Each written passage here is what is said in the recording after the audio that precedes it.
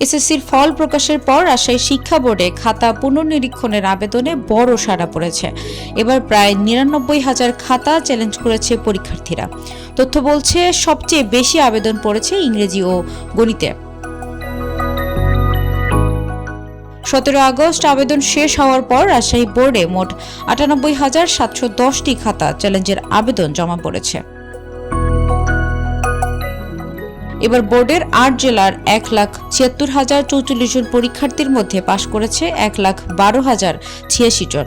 GPA ৫ পেয়েছে ১৬,১১৩ জন। পাশের হার ৬৩.৬৭%। ফলাফল বিশ্লেষণে দেখা গেছে সাম্প্রতিক বছরগুলোর মধ্যে এবারই রাজশাহী বোর্ডে পাশের হার সবচেয়ে কম।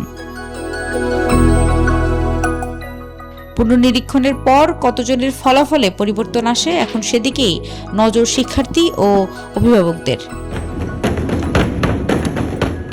Desk report, B news 24।